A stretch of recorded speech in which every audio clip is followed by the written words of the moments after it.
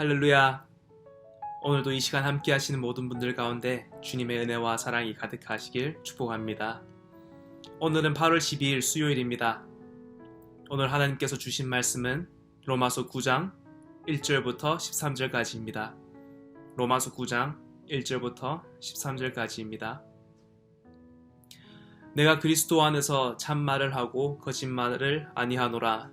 나에게 큰 근심이 있는 것과 마음에 그치지 않는 고통이 있는 것을 내 양심이 성령 안에서 나와 더불어 증언하노니, 나의 형제 곧 골육의 친척을 위하여 내 자신이 저주를 받아 그리스도에게서 끊어질지라도 원하는 바로라. 그들은 이스라엘 사람이라. 그들에게는 양자됨과 영광과 언약들과 율법을 세우신 것과 예배와 약속들이 있고, 조상들도 그들의 것이요 육신으로 하면 그리스도가 그들에게서 나셨으니 그는 만물 위에 계셔서 세세의 찬양을 받으실 하나님이시니라. 아멘. 그러나 하나님의 말씀이 폐하여진 것 같지 않도다. 이스라엘에게서 난 그들이 다 이스라엘이 아니요 또한 아브라함의 씨가 다 그의 자녀가 아니라 오직 이삭으로부터 난 자라야 내 씨라 불리리라 하셨으니, 곧 육신의 자녀가 하나님의 자녀가 아니요 오직 약속의 자녀가 씨로 여기심을 받느니라.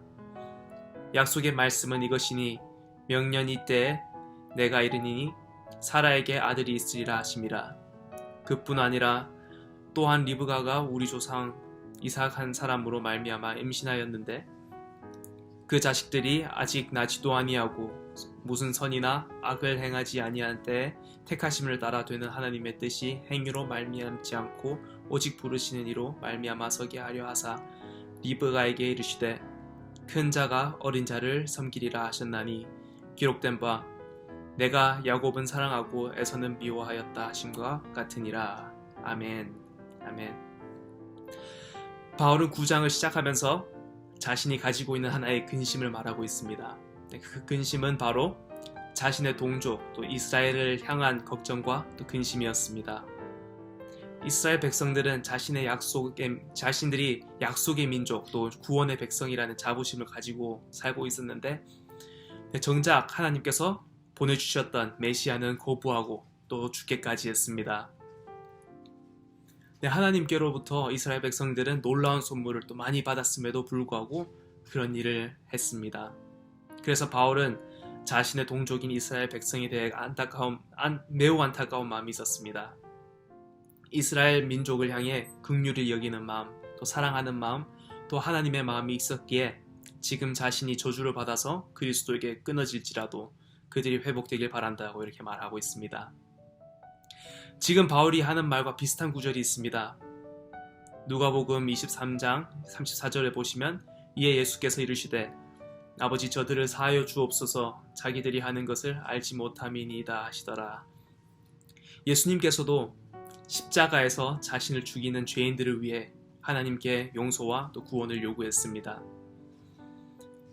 하나님께서는 이렇게 여전히 어리석게 하나님을 보지 않고 또 떠나는 죄인들을 끝까지 사랑해 주십니다. 또 예수님께서는 그 죄인들을 위해 또 죽기까지 또 사랑하시는 분입니다. 그리고 성령님께서 그 죄인들을 위해 끝까지 사랑으로 중보해 주시는 분입니다. 또 하나님을 섬기고 따랐던 사람들은 또 하나님의 마음을 따라 자신의 가족 또 공동체를 끝까지 사랑하고 섬겼습니다. 저희도 저희 가족과 또 공동체, 교회를 사랑해야 합니다. 하나님께서 바라시는 모습은 내게 주어진 가정, 또 민족, 공동체를 사랑하고 또 섬기는 것이 하나님께서 바라시는 모습입니다. 6절에 보시면, 그러나 하나님의 말씀이 폐하여진 것 같지 않도다. 바울은 이스라엘이 실패해도 하나님의 약속의 말씀이 실패하지 않았다고 이렇게 말하고 있습니다. 사람들이 이것을 또 이상하게 볼 수도 있습니다. 하나님의 언약으로 세움받은 이스라엘이 이렇게 실패하면 하나님의 말씀도 틀릴 게 아닌가? 그렇다면 하나님의 말씀을 어떻게 믿을 수 있을까? 라고 생각할 수 있습니다. 거기에 바울이 단호하게 하나님의 말씀엔 실패가 없다 라고 말하고 있습니다. 7절에서 8절 바울은 하나님께서 세우시는 참된 이스라엘의 조건을 설명하고 있습니다. 7절 또한 아브라함의 씨가 다 그의 자녀가 아니라 오직 이삭으로부터 난 자라야 내 씨라 불리리라 하셨으니 곧 육신의 자녀가 하나님의 자녀가 아니요 오직 약속의 자녀가 씨로 여기심을 받느니라. 네, 바울은 이삭과 또 이스마엘의 비교로 설명을 하고 있습니다. 둘 다 아브라함의 몸에서 태어난 자녀들입니다. 하지만 그 둘 중에서 이삭만이 인정을 받았습니다. 네, 이유는 이삭이 하나님의 약속으로 말미암아 태어났기 때문입니다.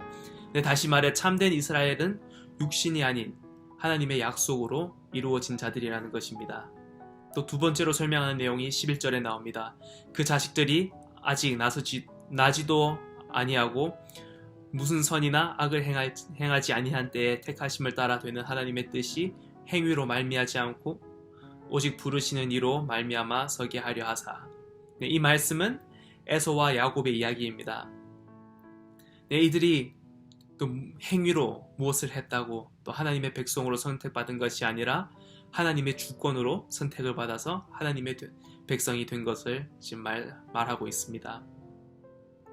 네, 이 두 가지 예를 통해서 저희가 알 수 있는 것은 우리의 구원의 문제가 우리가 어떠함으로 우리가 무엇을 했다는 것을 통해 이루어지는 것이 절대 아니라는 것입니다. 우리가 어떠함에 따라 또 아니면 우리가 무엇을 했냐에 따라 구원을 얻는 게 아닌 것이 또 얼마나 다행인지 모릅니다. 네, 저희는 그런 능력도 없고 힘도 없고 그럴 자격조차도 없습니다. 오직 하나님의 은혜로 주님의 보혈을 통해 구원을 받았습니다. 이스라엘이 하나님께서 보여주신 기적들, 베풀어 주신 것, 또 선택받은 민족이라는 것을 잘 알면서도 죄에 빠져 실패하는 것처럼 우리도 죄에 빠져 하나님을 바라보지 못할 때가 정말 많습니다. 우리가 계속해서 실패하더라도 또 세상 어떤 것들이 다 실패하더라도 하나님의 말씀은 결코 실패하지 않습니다. 그러기에 저희는 매 순간 하나님의 말씀, 그 약속을 붙잡고 나아가야 합니다. 그리고 바울이 이스라엘 민족을 위해 기도한 것처럼 우리도 우리 가족을 위해 또 우리 공동체, 교회 지체들을 위해 끊임없이 기도해야 합니다. 오늘 하루도 주님의 말씀을 붙잡고 하나님의 영광을 위해 열심을 다하는 하루가 되길 간절히 축복하고 또 기도합니다. 같이 기도드리겠습니다. 하나님 아버지 감사합니다. 매 순간 주님께서 저희와 함께 하시고 또 동행하여 주신다는 사실이 정말 큰 위로가 되고 또 힘이 됩니다. 아버지 저희가 항상 주님의 말씀을 붙잡고 살 수 있게 저희의 믿음 가운데 함께하여 주시옵소서. 그리고 모든 커버넌트 성도님들 가운데 하나님께서 함께하여 주시고 서로 사랑하고 또 서로를 위해 기도하고 또 우리 교회를 통하여서 주님의 사랑을 전하고 또 하나님께 영광 올려드리는 교회가 될 수 있게 주님 함께하여 주시옵소서. 주님 감사합니다. 주님 사랑합니다. 예수님 이름으로 기도드렸습니다. 아멘. 아멘.